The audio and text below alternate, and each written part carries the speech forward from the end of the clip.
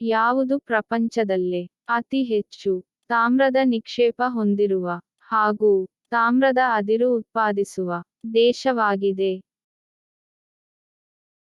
Chile.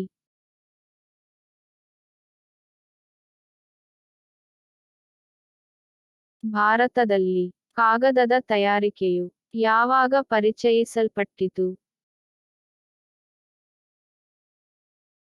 10ನೇ ಶತಮಾನದ ಮುಸಲ್ಮಾನರ ಆಳ್ವಿಕೆ ಸಂದರ್ಭದಲ್ಲಿ.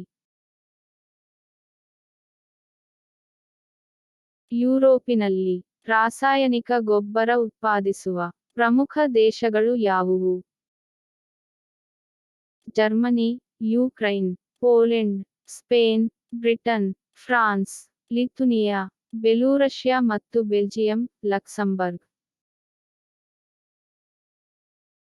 ಬಹುದೂರದವರೆಗೆ ಭಾರವಾದ ಸರಕುಗಳನ್ನು ಸಾಗಿಸಲು ಯೋಗ್ಯವಾದ ಸಾರಿಗೆ ಮಾಧ್ಯಮ ಯಾವುದು?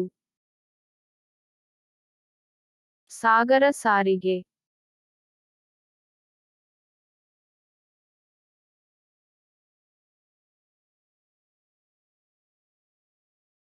ರೈನ್ ನದಿಯ ಉಪನದಿಗಳು ಯಾವುವು?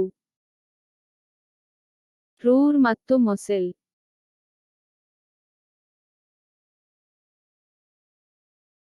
ಜಂಬಿಟ್ಟಿಗೆ ಮಣ್ಣುಗಳು ಎಂದರೇನು?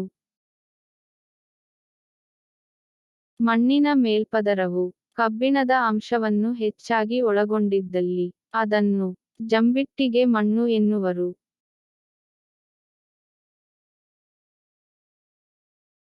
ಪ್ರಸ್ತುತವಾಗಿ ಅತಿ ಹೆಚ್ಚು ಅಪಾಯದ ಅಂಚಿನಲ್ಲಿರುವ ವಾಸಸ್ಥಾನಗಳು ಎಲ್ಲಿವೆ? ಸಿಹಿನೀರಿನ ಮೂಲಗಳು.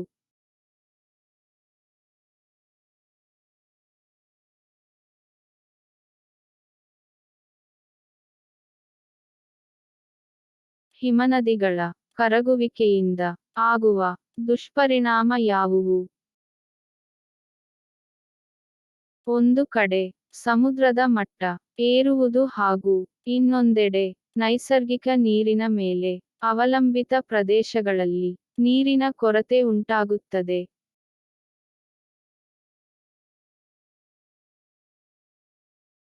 ಯುರೋಪ್ನಲ್ಲಿ ಅತಿಯಾದ ಶಬ್ದಮಾಲಿನ್ಯವಿರುವ ಪ್ರದೇಶಗಳಲ್ಲಿ ಯಾವ ಹಕ್ಕಿಯು ರಾತ್ರಿ ಹೊತ್ತು ಹಾಡುತ್ತದೆ?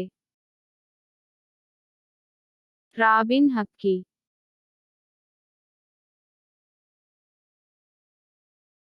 ಸಾರಜನಕವು ಮಣ್ಣಿಗೆ ಸೇರ್ಪಡೆಯಾಗುವುದಕ್ಕೆ ಒಂದು ಉದಾಹರಣೆ. ಸಸ್ಯವರ್ಗದ ಸಾವು. ಪ್ರಪಂಚದ ಜನಸಂಖ್ಯೆ ಎಂದರೇನು? ಭೂಮಿಯ ಮೇಲೆ ಜೀವಂತವಾಗಿರುವ ಒಟ್ಟು ಜನಸಂಖ್ಯೆಯನ್ನು ಪ್ರಪಂಚದ ಜನಸಂಖ್ಯೆ ಎಂದು ಕರೆಯುವರು. ಮಾನವ ಅಭಿವೃದ್ಧಿ ಅಳೆಯುವ ಎರಡನೆಯ ಮಾನದಂಡ ಯಾವುದು? ಶಿಕ್ಷಣ.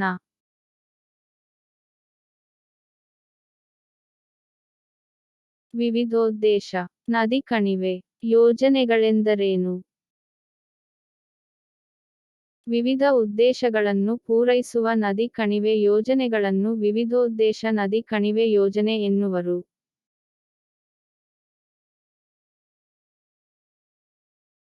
ಭತ್ತದ ಉಪಯೋಗಗಳೇನು? ಭಾರತದಲ್ಲಿ ಬಹುತೇಕರಲ್ಲಿ ಮುಖ್ಯ ಆಹಾರ ಧಾನ್ಯವಾಗಿದೆ. ಮದ್ಯಗಳ ತಯಾರಿಕೆ, ಸಿಹಿ ಪದಾರ್ಥ, ಸಾಕು ಪ್ರಾಣಿಗೆ ಆಹಾರ, ಭತ್ತದ ಹೊಟ್ಟು, ತೌಡು, ಪ್ರಾಣಿಗೆ ಆಹಾರ, ಮತ್ತು ಔಷಧಿ ಸಾಮಾನುಗಳ ತಯಾರಿಕೆಯಲ್ಲಿ ಹೊಟ್ಟು ತೈಲದ ಬಳಕೆಯಾಗುತ್ತದೆ. ಭತ್ತದ ಹೊಟ್ಟು ಪ್ಯಾಕಿಂಗ್ಗಳಿಗೆ ಸಿಮೆಂಟ್ ಜೊತೆ ಮಿಶ್ರಣ, ಹುಲ್ಲು ಜಾನುವಾರುಗಳಿಗೆ ಮೇವು, ಗುಡಿಸಲುಗಳಿಗೆ ಮೇಲ್ಛಾವಣಿ, ಸರಕುಗಳ ಪ್ಯಾಕಿಂಗ್, ಹಗ್ಗ ತಯಾರಿಕೆಗೆ ಬಳಕೆಯಾಗುತ್ತದೆ.